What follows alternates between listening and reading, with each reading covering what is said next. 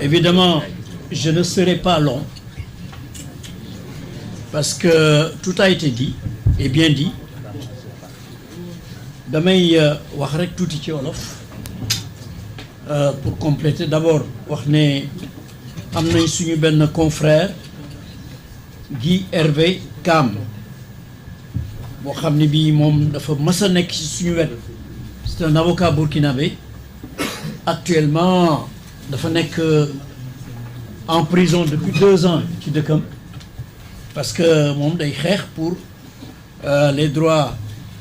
politiques et les droits humains, mais il a toujours été présent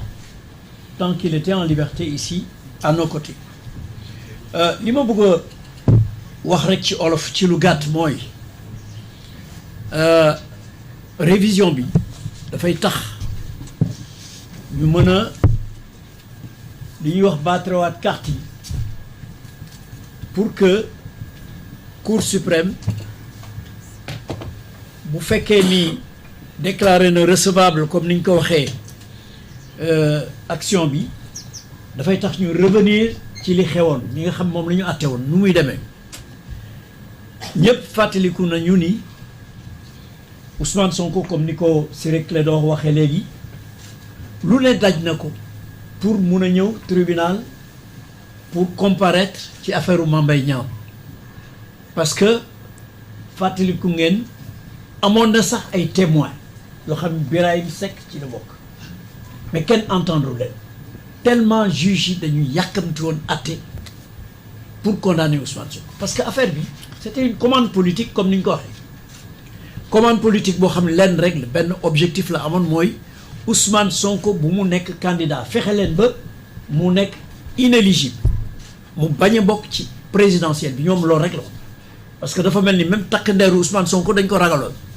donc bëgguñu woon mu bokk ci élection bi loolu moo doon seen objectif loolu moo waral juge yi bi ñu fexee ba d'abord force de l'ordre yi empêcher Ousmane Sonko mu agsi tribunal ñu gazé ko def ko lu nekk Ciré Clédor mi victime la ci woon dañ leen gazé am na sax benn produit bu ñu leen defoon boo xam ni dañ ko analyser ñu ne produit bi c'était toxique lépp pour Ousmane Sonko bañ a agsi tribunal évidemment bi mu ñëwee ak médecin bi aussi dañ ko gazé médecin bi mu ñëwee xool ni kii mënu la comparaître normalement ñu ne nañu demander ñu renvoyer affaire bi xam ni ça venait pour la première fois loolu kenn masul gis jugement yu mel noonu xam ne day ñëw rek ñu àtte ko ci saasi juge yi bañ juge yi bi ñu bañee renvoi te Ousmane Sonko mënul woon comparaître parce que dafa gaañu woon ñu gazé ko mu tëdd médecin bi ne dañ ko tëral ci beneen salle lañ ko yóbboon tëral ko foofu juge yi bañ ni foog ñu àtte affaire bi sur le champ kenn masu gis loolu évidemment ñoom rek ñoo fa nekkoon parce que avocat Ousmane Sonko yi su Ousmane Sonko taxawul mënuñu plaider donc ñun newuñu fa woon ñoom rek ñoo fa newoon ànd ak sax seen benn avocat tubaab boo xam ne bi curieusement moo doon avocat wu Karim Wade ak régime bi fi nekkoon moo doon seen avocat juge yi bi ñu bañee renvoi bi ñu gaawantu le même jour te procureur dafa demandé woon ñu statuer sur le siège maanaam dañu wax tribunal bi ni ko bul sax def délibéré atteel ci saasi tribunal yi topp liñ ko demandé atte ci saasi daal di nekk condamné na Ousmane Sonko pour diffamation parce que dañu dàqoon injure bi délit injure bi dañ ko dàqoon parce que il a menti loolu du injure loolu le tribunal wax alors que même Ousmane Sonko waxuloon il a menti dafa waxoon ni n'a pas dit la vérité mais juge yi même bu fa waxoon il a menti loolu du saaga donc en première instance juge yi dañu dàq affaire u injure retenir diffamation parce que nee nañ rapport bi ñu wax amul or liiral nañ leen fi benn lettre boo xam ne bi enquêteurs yi ñoom ñoo laaj waa ministère des finances ñoom ñu tontu Amadou Niang wax ne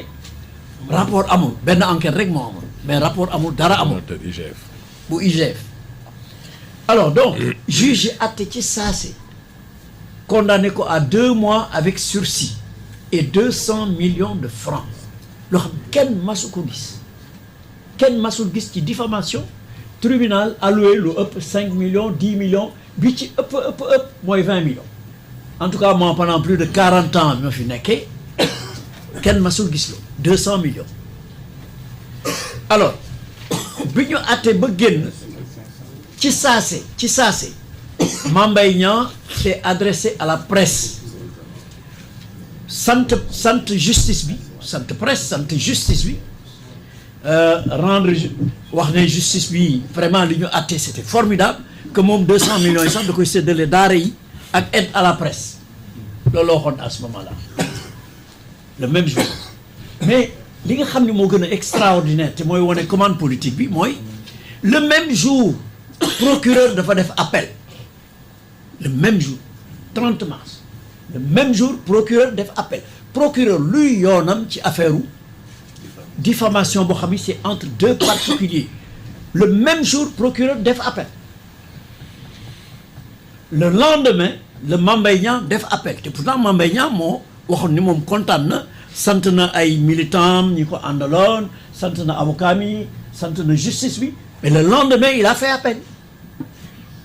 donc kuy def appel mooy li ñu àtte tu n'es pas satisfait effectivement ñoom ils étaient pas satisfaits parce que li ñu bëggoon mooy tribunal prononcé peine boo xam ne bi Ousmane Sonko du éligible du mën a nekk candidat bu dee 2 mois yi tribunal wax Ousmane Sonko mënoon na nekk candidat mais ñoom doyu leen woon Mame Mbaye Niang def déclaration ni moom du arrêté tant que Ousmane Sonko est éligible daf ko déclaré wax ko alors donc appel boobu kenn masul gis fast track bu mel noonu parce que Ousmane Sonko moom it def na appel maanaam délai appelam kenn enrôlé wu ko délai bi jeexagul pour def appel ñu enrôlé dossier